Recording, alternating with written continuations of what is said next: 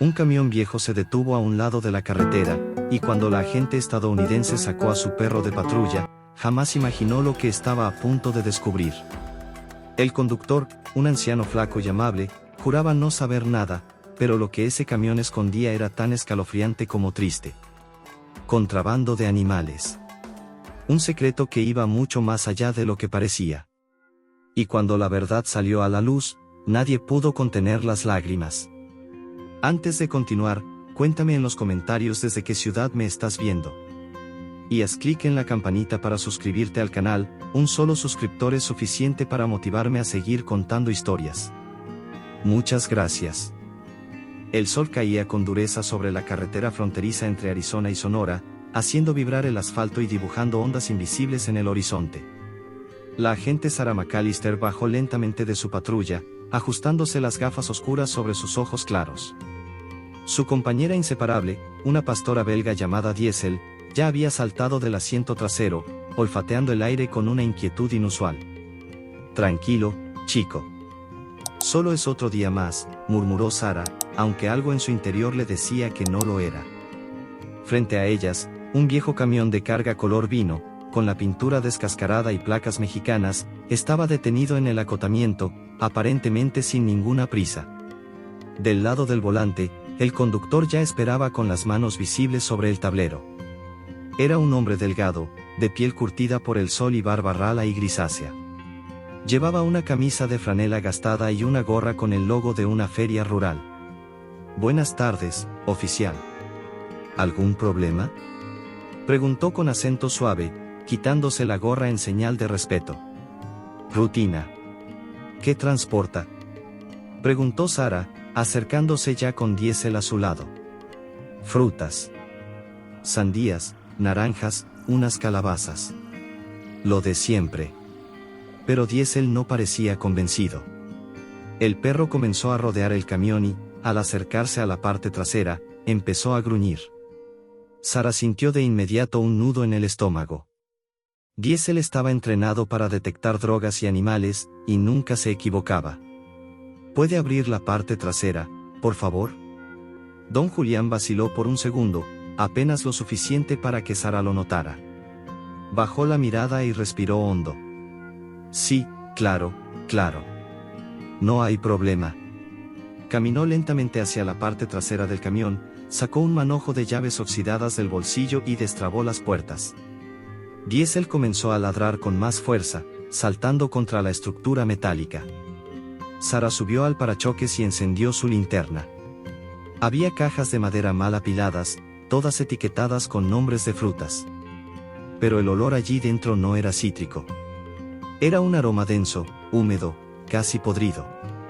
¿Podemos mover esto?, preguntó, mientras ya abría una de las cajas. Dentro, había naranjas. Nada extraño. En la segunda, lo mismo. Pero Diesel seguía inquieto, gruñendo hacia la pared lateral del camión. Sarah dio 2 golpecitos sobre la chapa. Sonaba hueco. Señor, ¿usted construyó esto?, preguntó, señalando la pared. ¿Construir qué? No entiendo. Esto parece un fondo falso. Yo, no sé. El camión era de mi hermano, yo solo lo manejo. Nunca tuve problemas. Sarah sacó una llave inglesa del auto y empezó a forzar uno de los tornillos de la pared. El metal cedió, revelando un compartimento cerrado con tablas de madera húmedas. Un sonido bajo y seco vino de dentro, shhhh. Diesel gruñó como si algo vivo estuviera detrás. Sarah retiró otra tabla. Lo que vio hizo que la sangre se le helara. Había allí cajas oscuras, agujereadas, con ojos amarillentos observando entre las rendijas. Eran serpientes. Muchas. Algunas se movían lentamente, otras parecían agotadas. Por Dios santo, exclamó don Julián, retrocediendo. Yo no sabía. Lo juro. Sarah no respondió. Tomó la radio y pidió refuerzos. Su rostro estaba serio, pero dentro del pecho, el corazón le latía con fuerza. Contrabando de animales. Serpientes silvestres en un compartimento falso. Y ese hombre, parecía más asustado que culpable. ¿Quién le entregó esta carga, señor Herrera? Él dudó. Fue un hombre en Hermosillo. Me pagó por adelantado. Dijo que eran frutas. Solo eso. No me dijo más. Sara miró a los ojos castaños del hombre. ¿Había verdad allí, o solo miedo? Diesel seguía gruñendo. Y una de las serpientes, ya no se movía. ¿Cómo alguien como aquel señor podría estar involucrado en tráfico de animales? Simplemente estaba siendo utilizado. Sara echó otro vistazo al compartimento. Algo no cuadraba. Algo estaba muy mal. Pero aún no sabía qué era. Y lo que estaba a punto de descubrir, cambiaría el rumbo de todo el caso. La puerta trasera del camión permanecía abierta, y el olor sofocante de humedad y piel reptil se impregnaba en el aire caliente del desierto. Sara retrocedió un paso, cubriéndose la nariz con el antebrazo. Diesel, aún en alerta, se sentó junto al compartimento abierto, vigilando con los ojos bien abiertos como si supiera que aquello no era solo un hallazgo aislado. «Estas serpientes», murmuró Sara, agachándose para observar más de cerca. «No son comunes». Abrió con cuidado una de las cajas negras perforadas. Dentro, una serpiente enrollada respiraba con dificultad. Su patrón de escamas era hipnotizante, iridiscente, con tonos verdes y violetas que jamás había visto en su vida. «¿Qué es esto?», preguntó, pero no al conductor, sino al universo. «Oficial, le juro por la salud de mi nieta que no sabía nada. Yo no abriría eso si supiera, jamás permitiría cargar animales. Soy católico, señora. Temor de Dios tengo». Sara se giró hacia él. Estaba pálido, sudando, con los ojos vidriosos como un niño regañado. «¿Cómo se llama el hombre que le pagó?» «Elías, algo de Montiel. No recuerdo bien. Solo sé que llegó con un papel firmado, con sellos. Me pagó en efectivo y me dijo que no abriera nada, que estaba todo asegurado». «¿Dónde lo encontró?» «En una estación de servicio en Hermosillo. Me estaba quedando sin trabajo. No tengo papeles en regla. El camión ni siquiera es mío, era de mi hermano fallecido. Solo quería dinero para los medicamentos de Lupita». Sara sacó su teléfono y buscó en la base de datos criminal el nombre. Elías Montiel. El resultado apareció en segundos. Sospechoso vinculado al tráfico internacional de especies protegidas. Investigado por varias agencias. Sin captura. Sin rastro desde 2021. El corazón de Sara se aceleró. «Señor Herrera, usted está en medio de algo muy peligroso». El anciano se apoyó en el camión para no caer. Diesel, curioso, se acercó al compartimento de nuevo, y comenzó a ladrar con una intensidad distinta. Sara giró bruscamente. Diesel olfateaba el piso del camión, justo debajo de las cajas. «¿Qué pasa ahí?», se preguntó en voz alta, empujando con fuerza las cajas a un lado. El piso metálico crujió. Sara se agachó y notó una rejilla disimulada por el polvo. Tomó su navaja táctica y la hizo saltar. Debajo, había otro compartimento. Pequeño. Oscuro. Sellado con cinta gruesa. Con una mano temblorosa, Sara arrancó la cinta, y escuchó un susurro. No era el sonido de una serpiente. Era un quejido humano. «¿Hay alguien aquí?», gritó. Don Julián palideció aún más. Sara tiró con fuerza. Dentro del escondite, envuelta en mantas sucias, estaba una niña de no más de 10 años, con los labios partidos y las muñecas atadas con alambre fino. Diesel comenzó a gemir. La niña tenía un cartel en el pecho, escrito a mano. «No hablen. El próximo será peor». ¿Quién era esa niña?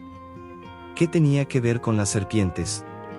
¿Y por qué estaba escondida en el camión sin que el propio Julián, aparentemente inocente, lo supiera?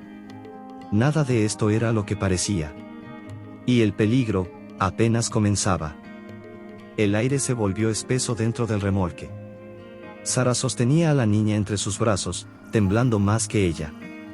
El cuerpecito estaba helado, y su piel, cubierta de hematomas, decía lo que la pequeña aún no podía. Había estado ahí dentro mucho más de lo que su frágil cuerpo podía soportar.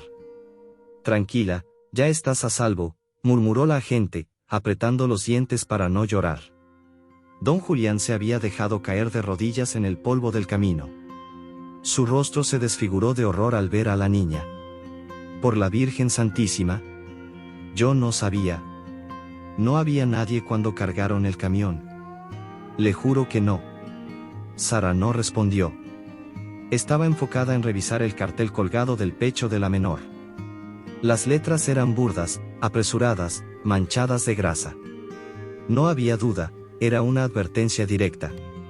Ella presionó su radio. Unidad 74 a Central, código rojo. Solicito ambulancia y refuerzos en la carretera 8, kilómetro 213. Sospecha de trata de menores y contrabando internacional. Repito, código rojo. La niña apenas murmuraba palabras sueltas. Sara intentó calmarla. ¿Cómo te llamas, mi amor? ¿Dónde está tu mamá? La pequeña la miró con unos ojos enormes y enrojecidos. Me llamo Abril. Sara tragó saliva. ¿Quién te puso ahí, Abril? La niña apretó los labios. Luego susurró. El señor de las gafas negras, dijo que si gritaba, me iba a soltar en el desierto, como a la otra niña. Sara sintió una punzada en el estómago. ¿Otra niña? Don Julián se había recostado contra la rueda del camión, murmurando oraciones. Me usaron. Me usaron como mula, como un tonto. ¿Dónde recogió exactamente esta carga? Preguntó Sara, seca. En un estacionamiento detrás del mercado central de Hermosillo. Solo me dijeron que no abriera nada. Que eran frutas para exportación. Frutas. Diesel ladró con fuerza hacia el frente del camión. Sara reaccionó de inmediato. Aléjese del vehículo. Corrió hacia la cabina. El asiento del pasajero parecía normal, hasta que abrió el compartimento inferior. Dentro, escondido entre mantas y bolsas vacías, había un teléfono móvil aún encendido, con el mapa abierto en una aplicación de rastreo GPS. El destino era un punto en las afueras de Tucson, Arizona. Y junto al teléfono, una nota. Entrega antes de las 6 de la tarde, paga doble si llega viva. Sara sintió una ráfaga de rabia subirle por la garganta. Esto no es solo tráfico de animales. Es una red entera. Tomó el teléfono, lo guardó en una bolsa de evidencia, y miró a don Julián.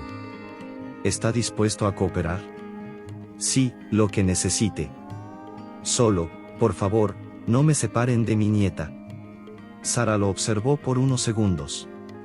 Su intuición le decía que él era una víctima más. Pero ya no podía confiar ni en su propio juicio. En ese momento, su radio crepitó. Unidad 74, tenemos información. El nombre Elías Montiel apareció en un cruce de datos con otro vehículo detenido la semana pasada.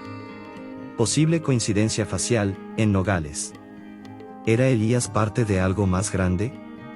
¿Y qué conexión tenía con Abril, y con esa otra niña? Sara volvió al camión y encontró, entre los papeles, una fotografía rasgada en el suelo de la cabina. 2 niñas abrazadas. Una era Abril. ¿Y la otra? ¿Dónde estaba? ¿Y qué le habían hecho? El reloj marcaba 15:42. Solo quedaban poco más de 2 horas para evitar la próxima entrega. Y alguien, ya la estaba esperando. La fotografía temblaba entre los dedos de Sara. Abril, aún envuelta en una manta de emergencia, dormitaba en el asiento trasero de la patrulla, mientras Diesel no dejaba de mirar hacia la carretera como si algo, o alguien, estuviera por aparecer. Sara enfocó su atención en la segunda niña de la foto. Tenía el cabello lacio, oscuro, y una sonrisa apenas dibujada. Su camisa estaba manchada, como si hubiese estado jugando en el barro. Pero lo que más la inquietaba eran los ojos, había algo triste, resignado en esa mirada. ¿Cómo se llama esta niña, Abril? Susurró Sara, girándose para no despertarla. La niña no respondió, solo apretó la manta contra su pecho. Sara volvió a mirar la nota del GPS, entrega antes de las 6 de la tarde.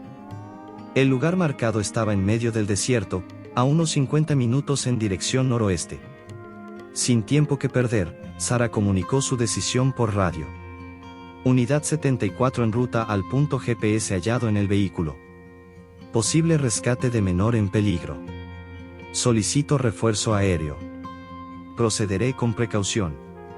Mientras conducía, su mente repasaba una y otra vez el nombre de Elías Montiel. No era un simple traficante. Lo que estaba construyendo era más retorcido. ¿Quién financiaba estos traslados? ¿Quién pagaba el doble por una entrega viva? Al llegar al punto indicado, Sara detuvo la patrulla a una distancia prudente. El sol comenzaba a inclinarse en el horizonte, tiñendo la tierra de un naranja abrasador. Diesel se tensó en el asiento. Frente a ella, una vieja caseta de vigilancia abandonada y una camioneta blanca sin placas. Sin señales de movimiento. Sin sonido. Solo el viento silbando entre los arbustos secos. «Quédate aquí», le dijo a Abril, cerrando cuidadosamente la puerta. Diesel ya estaba a su lado, alerta, sus orejas tiesas. Se aproximó con cautela, arma en mano. La camioneta tenía las ventanas negras, imposibles de ver desde fuera. Policía de los Estados Unidos. Salga con las manos arriba. Silencio. Sara giró la manija. Estaba sin seguro. Al abrir la puerta trasera, el olor la golpeó de inmediato, sudor, plástico caliente, y miedo. Dentro, un colchón sucio. Cadenas en el suelo. Y una pequeña pulsera de cuentas, rota. Dios mío. No había nadie. Solo rastros de que alguien había estado allí hacía poco. Muy poco. Diesel ladró y corrió hacia una zanja cubierta por lonas. Sara lo siguió, el corazón martillando en el pecho. Debajo de las lonas, encontró una caja plástica vacía, con marcas de garras por dentro. ¿Serpientes? ¿Otra niña? Ambas cosas. Aquí hay algo más grande, murmuró, mirando el horizonte. Una notificación vibró en su celular. Mensaje anónimo. Un video. Lo abrió. La imagen era borrosa, pero reconocible. Un hombre con gafas negras y guantes de látex hablaba a cámara. Ella ya no está contigo. Si sigues buscando, la próxima no tendrá tanta suerte. Y detrás de él, la niña de la foto. La segunda. Viva. Amordazada. Y llorando. Sara apretó el teléfono con tanta fuerza que crujió. La red estaba viva. Y ahora, sabían que ella los estaba cazando. El video se repetía en la pantalla del celular, como un puñal girando en la herida. La niña de la fotografía estaba viva, pero no por mucho tiempo si Sara no actuaba rápido. El rostro del hombre, el de las gafas negras, no aparecía del todo, pero su voz, su acento y sus movimientos revelaban experiencia. No era un improvisado. Era alguien que había hecho esto antes, y había aprendido a cubrir sus huellas. Sara envió el video de inmediato al centro de inteligencia de la policía fronteriza, marcándolo como evidencia de alto riesgo. Luego volvió a la patrulla. Abril dormía, agotada, agarrada al peluche que Sara había encontrado en el maletero. En el asiento del copiloto, don Julián seguía en silencio, con los ojos rojos de tanto llorar. No hablaba, pero sus manos no paraban de temblar. Dígame la verdad, exigió Sara, mirándolo directo. ¿Usted ha visto antes a ese hombre? ¿El de las gafas? Don Julián negó con la cabeza, lento, casi con vergüenza. Nunca. Solo hablé con él por teléfono. Me dijeron que el cargamento era urgente, que era para una finca, ni siquiera me dejaron ver la cara del tipo. Solo se presentó un joven flaco, con gorra, que me entregó los papeles y el dinero. ¿Y no sospechó de nada? Sospeché, claro que sí. Pero cuando uno tiene una nieta enferma y ninguna ayuda, deja de hacer preguntas, oficial. Solo quería pagar las medicinas. Sara quería odiarlo. Quería gritarle. Pero no podía. Porque esa desesperación era la misma que muchas familias vivían a diario. Y ahí estaba la verdadera raíz del problema. Marcó un nuevo número en su celular. Teniente Larraín, necesito una orden urgente para registrar el mercado central de Hermosillo. Según mi informante, el cargamento fue preparado allí. También necesito acceso a los archivos de transporte de los últimos 60 días. Quiero rastrear los vehículos usados por esta red. Del otro lado de la línea, la voz del teniente sonó tensa. McAllister, no es tan simple. Hay intereses pesados detrás de ese lugar. Si tú entras sin pruebas sólidas, podrías acabar en una celda tú también. Tengo una niña traficada, un segundo objetivo en riesgo y un video de amenaza directa. ¿Te parece poco? Hubo silencio. Te apoyo. Pero será bajo tu responsabilidad. Sara colgó y arrancó el motor. Diesel ya estaba de pie, como si supiera que algo importante venía. Horas después, ya en Hermosillo, Sara recorrió los pasillos traseros del mercado. Era un laberinto de contenedores, estivas vacías y camiones que iban y venían. El lugar olía a humedad y fruta podrida. En un rincón olvidado, encontró lo que buscaba, una cámara de seguridad, oxidada pero operativa. Con ayuda de un técnico, recuperó imágenes de hace 5 días.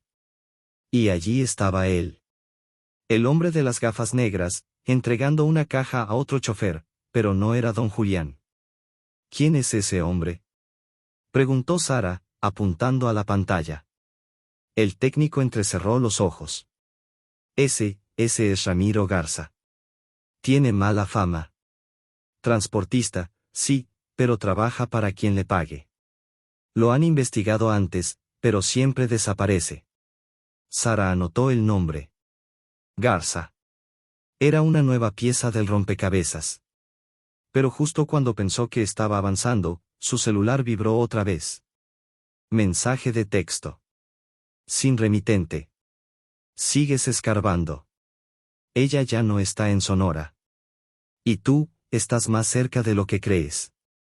Mira debajo de tu auto. Sara no se movió.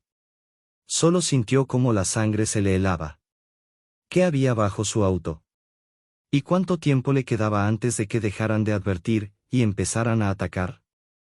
Sara mantuvo la mirada fija en la pantalla del celular, con la respiración contenida. El mensaje era claro, la estaban observando. Sus dedos, entrenados pero tensos, marcaron el número de la unidad de explosivos mientras caminaba hacia la patrulla como si nada, como si simplemente se hubiese detenido a revisar el GPS. Aquí unidad 74. Posible artefacto sospechoso bajo mi vehículo. Solicito apoyo inmediato. Coordenadas enviadas. Mientras esperaba, alejó la patrulla del mercado y la dejó estacionada bajo un árbol seco. Caminó con Diesel hasta una zona más segura. El perro no se despegaba de su lado, olfateando el suelo, inquieto, nervioso. Los técnicos llegaron en 15 minutos. Revisaron con un espejo telescópico, luego con un dron de inspección. Tenemos algo, agente McAllister. Sara cerró los ojos por un segundo. Sabía que no era paranoia. Sabía que ellos no solo traficaban animales o niñas, también sabían cómo proteger sus rutas. El artefacto era una batería GPS modificada con micrófono activo. No era una bomba. Era algo peor, un oído. Una manera de saber dónde estaba ella, qué decía, y hacia dónde iría. Esto significa que alguien de adentro filtra información, dijo uno de los técnicos, entregándole el dispositivo sellado en una bolsa. No puede ser solo casualidad, murmuró Sara. Quiero los nombres de todos los agentes que accedieron al informe del caso desde ayer. Todos. Volvió al vehículo escoltada. No podía confiar en nadie. Ni siquiera en sus superiores. Esa noche, ya en su motel de paso, se sentó frente a la laptop y cruzó información de todas las detenciones de tráfico animal en los últimos 3 años. Un patrón emergía, casi todos los arrestados eran liberados en menos de 48 horas. Alegaban falta de pruebas, errores en el procedimiento, o simplemente desaparecían. Uno de los nombres la hizo detenerse en seco: oficial Jorge Escalante, jefe de seguridad fronteriza en Nogales. Había firmado la liberación de 3 sospechosos relacionados a Elías Montiel. Marcó de inmediato a su contacto en la DEA. Necesito todo lo que tengan sobre Escalante. Sin filtros. ¿Y por qué Escalante?, preguntó la voz al otro lado, cautelosa. Porque firmó liberaciones antes de que los informes estuvieran completos. Porque sus cámaras de control siempre tienen fallos. Porque el mismo nombre aparece en los informes internos y en las rutas donde se perdió rastro de menores. Hubo una pausa. ¿Quieres saber más, Sara? Bien. Pero prepárate. Escalante no es cualquier peón. Está relacionado con políticos, fundaciones y hasta ONGs falsas. Este hombre es el nudo que nadie quiere desatar. Sara cerró los ojos. Lo sabía. Lo había sentido desde el primer momento. Cuando abrió los informes confidenciales que le enviaron minutos después, encontró una fotografía reciente. En ella, Escalante saludaba a una comitiva internacional. A su lado, un rostro parcialmente oculto por gafas oscuras. No puede ser. Era él. El mismo hombre del video. El mismo que tenía a la niña. El mismo que les hablaba con desprecio.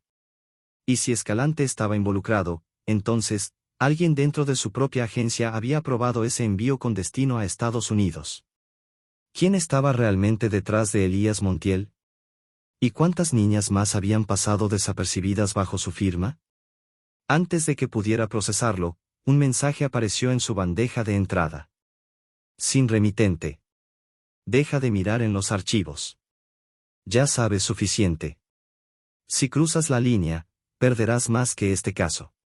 Sara apretó los dientes. Estaba lista para cruzarla. Pero aún no sabía lo que ya habían preparado para frenar su avance. La bandeja de entrada seguía abierta. El mensaje seguía ahí, helado como una amenaza escrita con fuego. Deja de mirar en los archivos. Ya sabes suficiente. Sara no se inmutó. Había recibido advertencias antes, pero nunca con tanto descaro. Respiró hondo, se recostó contra la silla del motel y cerró los ojos por un instante. Solo uno. Lo suficiente para visualizar el rostro de la niña del video, sus lágrimas silenciosas. Eso bastaba para recordarle por qué no podía detenerse. Marcó un nuevo número en su celular satelital, uno que había memorizado desde su entrenamiento en Langley. Aquí McAllister. Necesito acceso a la base interagencias de la Interpol. Caso código 721M. Tráfico infantil y de especies. Del otro lado hubo silencio. Luego, una voz grave respondió. ¿Estás consciente de lo que implica ese código? Lo estoy. Y tengo un nombre. Jorge Escalante. Al colgar, Sara sintió un movimiento en la cortina del motel. Se giró instintivamente y sacó su arma. Diesel gruñó, se levantó del suelo. Corrió hacia la puerta. Un golpe seco la interrumpió. La puerta se abrió de golpe. Un hombre con gorra y chaqueta negra irrumpió en la habitación. Pero no disparó. Simplemente lanzó un sobremanila sobre la cama y levantó las manos. No tienes tiempo. Llévalo a donde nadie más pueda verlo. Y no digas que te lo di yo. Sara lo apuntó, inmóvil. ¿Quién te envía? No importa. Ya estás marcada. Pero si quieres salvar a la niña, ve al norte. Finca abandonada en Cananea. Mañana, antes del amanecer. Si esperas, será tarde. El hombre desapareció tan rápido como había entrado. Diesel no ladró. Solo lo siguió hasta la puerta, en silencio. Sara cerró con doble tranca y abrió el sobre. Dentro, una memoria USB, y una foto. La niña del video. Amordazada, con un periódico del día anterior en la mano. Prueba de vida. Encendió su computadora segura, aislada de red. Abrió los archivos. Documentos de transferencias bancarias. Pagos hechos desde cuentas de una ONG llamada Esperanza Verde, hacia fundaciones con nombres inocentes. Todo coordinado desde Nogales. Firmas digitales. Contratos falsificados. Y el nombre de Escalante en la última página. También había otra cosa. Un itinerario de vuelos privados. Uno saldría esa noche desde Sonora hacia Texas. No con serpientes, sino con menores. El reloj marcaba las 2:43 de la madrugada. Sara miró a Diesel. Vamos. Se colocó el chaleco, armó el maletín con el GPS encriptado y salió por la puerta trasera. Pero cuando llegó al estacionamiento, la patrulla no estaba. En su lugar, una carta escrita a mano, colocada con una piedra sobre el asfalto. Pensamos que eras más lista. Te advertimos.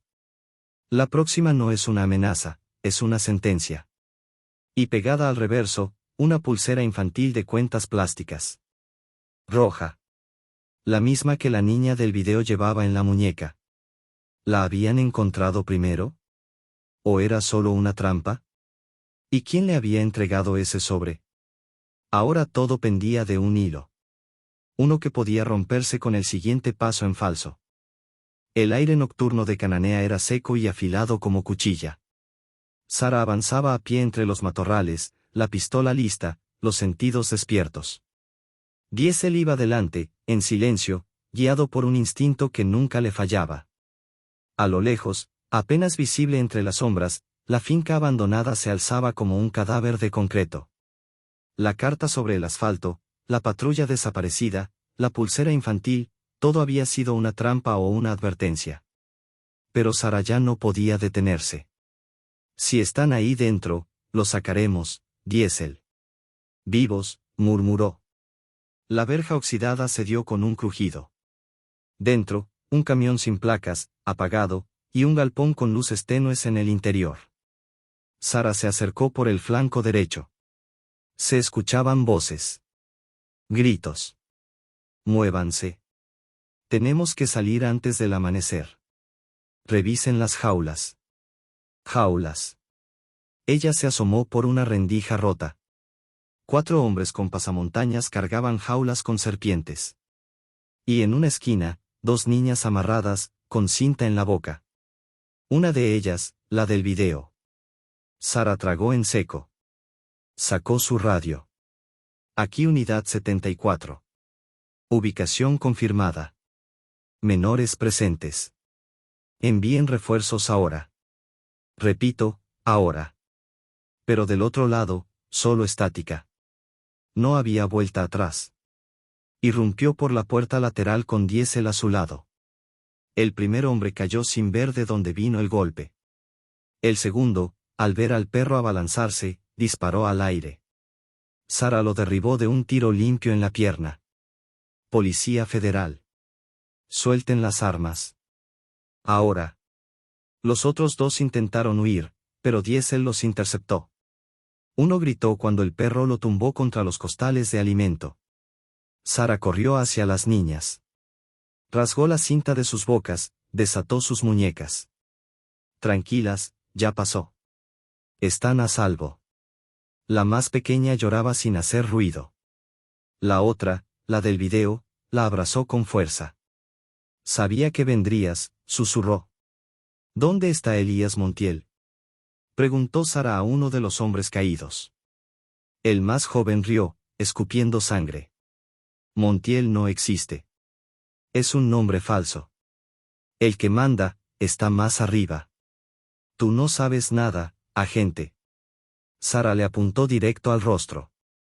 Entonces empieza a hablar, o vas a desear no haber nacido. Antes de que respondiera, un motor rugió fuera del galpón. Sara corrió hacia la salida. Un SUV negro atravesó el portón a toda velocidad. Dentro, un hombre con gafas oscuras alzó la mano en saludo burlón, y desapareció en la oscuridad. Era él. El verdadero rostro de Elías Montiel, aún oculto. Aún libre. Minutos después, los refuerzos llegaron. Las niñas fueron atendidas, los capturados esposados. La prensa aún no sabía nada. En el amanecer de Cananea, Sara observó desde la distancia mientras las ambulancias se alejaban. Diesel se sentó a su lado, jadeando suavemente. Rescatamos a 2, pero ¿cuántas más faltan? Un oficial se le acercó con un sobre. Esto estaba en una de las mochilas. Su nombre estaba escrito. Sara lo abrió. Dentro, una sola hoja. Buen intento. Pero el siguiente envío ya cruzó. Y tú, ya jugaste tu turno. Sara no respondió. Solo miró el horizonte. Sabía que la guerra apenas comenzaba. Pero ese día había ganado una batalla.